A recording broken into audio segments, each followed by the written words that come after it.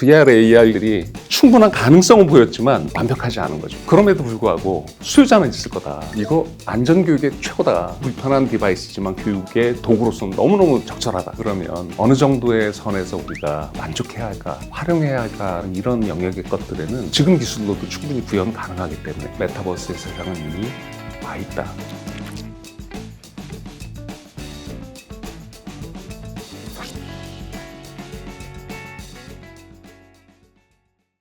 안녕하세요. 노바테크의 대표이사 송동석입니다. 저희 회사는 VR, AR 기술을 이용한 산업안전 컨텐츠, 로봇 기술을 이용한 현장의 안전을 챙기는 그리고 효율을 챙기는 영역의 사업들을 하고 있습니다. 창업을 할 때 여러 가지 고민을 좀 했어요. 그중에 제일 큰 고민 중에 하나가 뭐였냐면 안전이란 테마로 세상을 혁신시키겠다는 그 꿈을 가지고 있었는데 안전이란 키워드 중에서도 제일 중요하게 본 부분 중에 하나가 저는 산업안전이었습니다.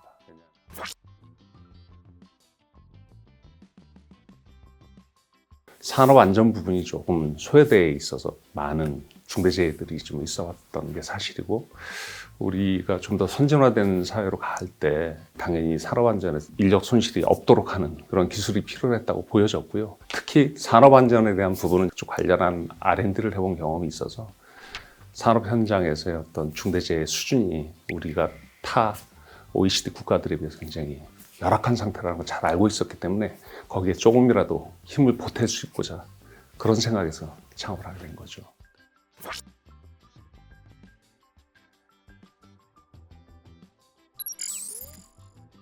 VR용 컨텐츠류들은 안전 관련해서는 산업 현장들, 중공업 현장이나 건설 현장이나 이런 현장의 추락 사고, 중대재해에서 좀 많이 다뤄지는 게 추락 현장들이 많거든요. 또 끼임 사고라고 그러죠. 이런 사고들, 혹은 화재 사고들, 이런 사고 유형별로 몇십 종 이상의 컨텐츠들을 좀 저희들이 보유하고 있고, 그걸 넘어서서 이제는 체감하는 교육들, 안전 장구를 직접 조작해야 되는 그런 것들이죠. 지게차다, 고소차다. 고소 작업을 하다가 순간 실수하면 추락해서 엄청난 인명재해들이 생기게 되는데 그러면 그런 조작 장치를 직접 체감하면서 교육할 수 있도록 하는 인터랙션이 되는 그런 형태의 컨텐츠까지 이제 발전을 해 있고요. 디지털 트윈이라는 키워드 하에 로봇이나 IoT나 다 같이 결합돼서 연구 개발하고 제품화하고 이런 노력들을 하고 있습니다. 저희가 최근에 하고 있는 거는 로봇을 이용한 물류 시장의 혁신들 이런 것들을 좀 하고 있는데요. 물류라는 게 무거운 물건들을 어딘가로 옮기는 거잖아요. 사실 사람이 오면 근골격계 질환도 생기게 되고 어려움을 겪거든요. 사실 이것도 안전과 무관치 않은 영역이라고 좀 보여지고 있고요. 그래서 로봇을 통해서 사람들은 머리만 쓰고 힘쓰고 땀 흘려 하는 일들은 로봇에게 맡기는 게 맞는 것 같고요. 그런 일들은 저희 노바테크에서 하고 있습니다. 네. 지금 개발하고 있는 것들은 이제는 조작 장치의 끝단의 느낌까지도 몸으로 느낄 수 있도록 하는 그런 수준까지 좀 올라와 있는 게 이제 저희들 컨텐츠들의 특징입니다.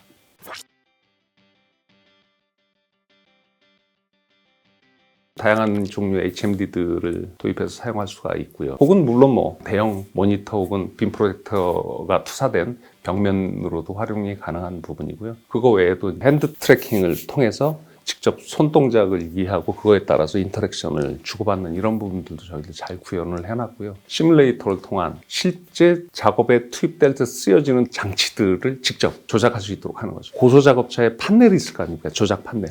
그걸 그대로 옮겨놓고 그 조작 판넬을 직접 조작하면서 가상세계를 경험하면 현장에서 정말로 고소 작업을 할 수 있는 그런 느낌을 갖도록 하는 것. 이런 게 이제 저희가 다른 회사들하고 좀 다른 특징점이라고 좀 보여지는 것 같습니다.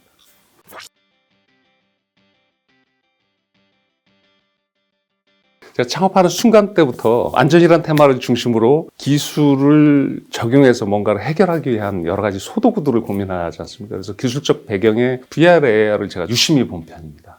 메타버스라는 키워드는 없었지만 VR, AR은 이제 막 태동기의 그런 상황이었죠. 제가 그때 바라본 시각은 뭐냐면 과거에 우리가 아이폰이 등장하기 전 스마트폰 시장이 전혀 없었던 상황이 아니라 기존에 PDA 폰이라는 게 있었다가 스마트폰이라는 시장으로 딱 전환이 되잖아요. 컨셉은 거의 같습니다.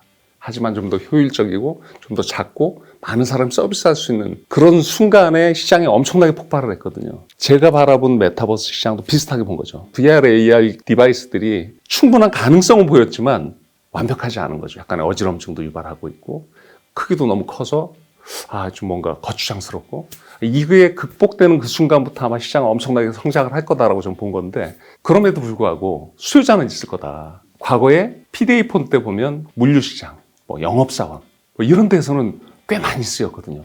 VR, AR 기기를 저도 보고 판단한 거죠. 뭔가 많은 사람이 대중이 전부 다 이거 앉아서 게임할 수준은 아니지만 이게 꼭 필요한 데는 뭐지? 야, 이거 안전교육의 최고다. 많은 안전교육이 현장에 가보면 딴짓들 많이 하세요. 앞에서 강사님 열심히 설명해도 스마트폰 보고 신문 보고 졸고 주목하지 않거든요. 왜? 나한테 닥칠 사고라고 생각지 않다 보니까 관심들을 안 갖는데 이 VR 기기로 우리가 겪어보지 못한 사고의 상황을 직접 가상으로 느끼게 해주면 그것만큼 효과적인 게 없잖아요. 그 시기에 이미 약간은 불편한 디바이스지만 교육의 도구로서는 너무너무 적절하다라고 봤고 그래서 열심히 만들었고요. 그 결과가 2016년, 17년에 H중공업에서 전 직원을 대상으로 한 안전교육에 도입되도록 제가 기여를 했죠.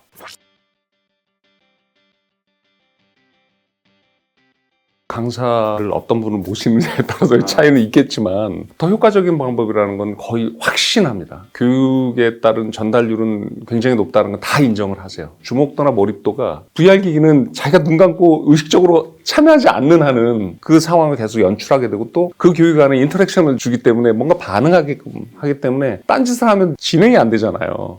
그러니까 결국은 교육 전달률이 90% 이상 당연히 넘어가는 거로 봐야죠. 그런 점이 가장 우수하다고 생각을 합니다. 과거에 강의식 교육의 교육 전달률이 20, 30%대였다면 이건 90% 이상이라고 보여지기 때문에 그 가치만으로도 원안의 목적, 1시간짜리 교육이든 3시간짜리 교육이든 그 교육의 목적의 결과물이 그대로 다 매핑된다라는 측면에서 꼭 필요한 형태의 교육이라고 봅니다.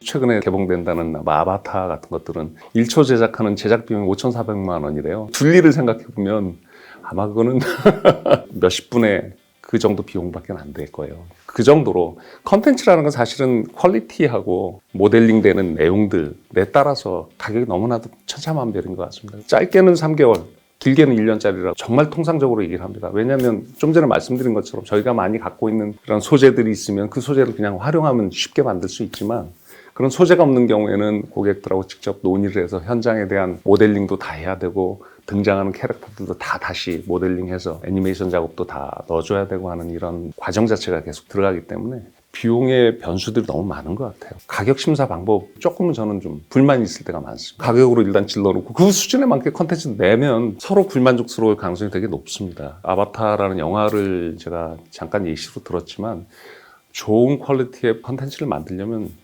고객과 만드는 제작자 간에 충분한 논의가 필요하고 서로 신뢰가 필요하지 않나 이런 생각도 해봅니다.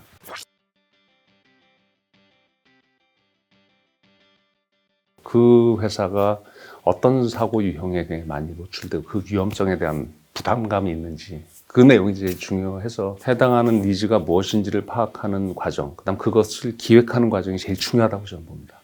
그래서 컨텐츠를 제작하는데 제일 첫 번째는 좋은 기획이 좋은 결과물을 만든다. 원하는 니즈가 무엇이고 그 원하는 니즈에 맞는 최고 수준의 결과물은 어떤 것인지를 충분히 논의해서 시나리오를 다 정리하고 범위를 정의한 다음에 그걸 가지고 이제 제작을 하게 되죠. 배경에 대한 데이터들을 수집하고 동영상일 수도 있고 사진일 수도 있고 혹은 저희들이 이제 라이다 같은 걸 통해서 3차원 정보를 수집한다거나 해서 그 기반하에 이제 오브젝트들도 다 분리를 하죠. 거기 등장할 장치들도 있을 수 있고 지게차나 이런 장비들도 있을 수 있고 그리고 이제 거기에 등장하는 사람들이 있겠죠. 관리자도 있을 수 있고 작업자도 있을 수 있고 거기에 반장도 있을 수 있고 이런 분들을 또 다 모델링을 해서 그들에게 이제 미션들이 주어지고 그 미션에 따라서 행동할 수 있는 이런 작업들이 일련의 과정들을 쭉 거치면 최종의 이제 결과물들이 만들어질 겁니다.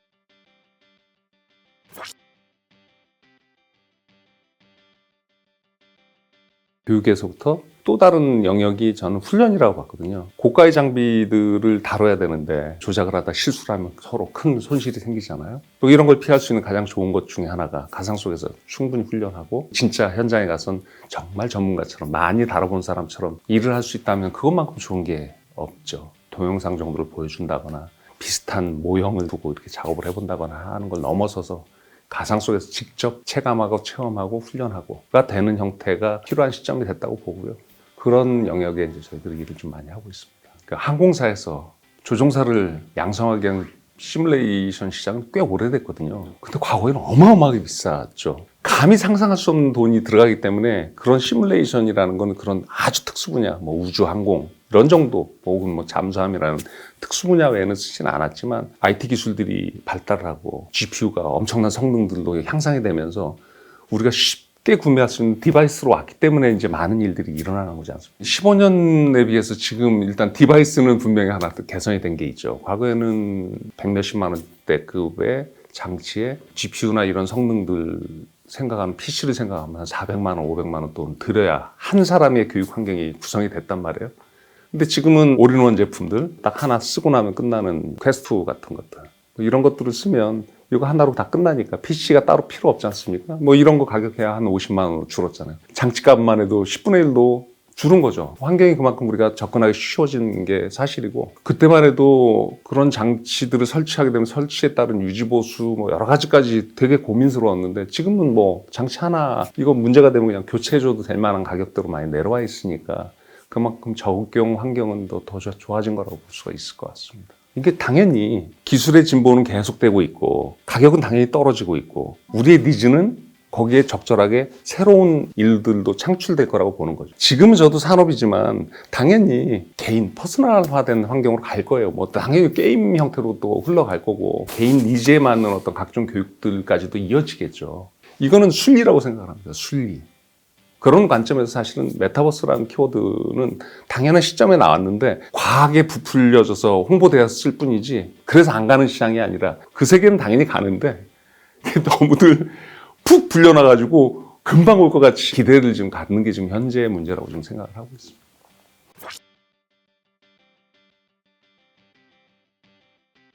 안전에 관련한 부분들을 꾸준히 해왔고, 제가 2015년부터 안전에 관련한 것들을 VR로 구현해 내가는 노력들을 해오다 보니까 나름 이제 전문성이 좀 부여가 됐죠. 그 사이에 지금 사실은 세월호 사건이 있었고, 김영군법이 만들어졌고, 최근에 이제 중대재해처벌법까지 적용이 되면서 올해 특히 이제 중대재해처벌법이 시행이 되는 첫 해였는데요.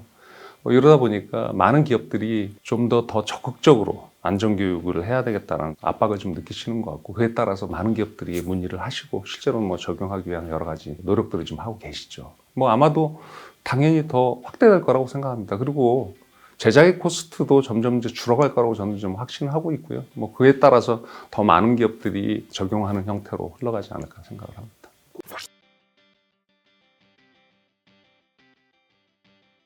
디바이스는 하드웨어 플랫폼이잖아요. 저희들 컨텐츠를 만드는 입장에서는 좋은 디바이스, 좋은 플랫폼에 우리 컨텐츠를 올려나가는 과정이기 때문에 뭐가 됐든 저희가 당연히 협업의 입장이고요. 특히 이제 요즘에 어떤 전체적인 흐름들이 좋은 장비들에 대한 시장 출현 기회들이 좀 늘어가고 있어요. 내년 초에 저는 이제 사실 애플이 AR 글래스를 내놓는다고 예고돼 있는데 되게 기대가 됩니다. 왜냐하면 시장에 큰 변화를 줄 뭐가 좀 필요하다고 저는 보거든요. 사실 홀로렌즈도 되게 기대를 했었는데 그렇게 못했던 것 같아요. 홀로렌즈도 시장 빵 터뜨리지 못했어요. 근데 이번에 애플은 과거에 우리 스마트폰에 아이폰 경험이 있다 보니까 그런 AR 글래스를 내놓지 않을까라는 기대를 좀 해보는데요.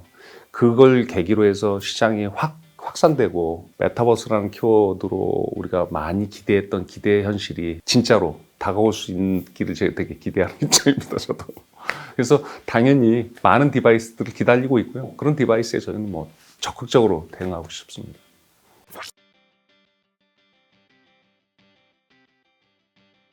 올해 메타버스라는 키워드로는 업다운이 심한 한 해였던 것 같아요. 2022년이. 연초까지만 해도 어마어마하게 많은 사람들이 메타버스가 엄청나게 큰 기대를 안는 유망 기술로들 받고 투자들이 엄청나게 일어났고 미국의 국가에도 엄청나게 크게 반영이 돼 있었죠. 당연히 국내도 마찬가지고. 근데 그에 비해서 실적들에 대한 실망감들이 쌓이기 시작하고 금리의 변화나 여러 가지 이유로 주가들이 반토막이 아니라 4분의 1 토막까지 나는 이런 위기를 좀 겪고 있다고 보여지는데요. 근데 저는 그거를 단순한 현상이라고 봅니다. 기술적 진보가 계속 일어나고 있기 때문에 가상화된 환경을 우리가 체험하고 경험시킬 수 있는 디바이스 가격은 당연히 내려간다고 보여집니다.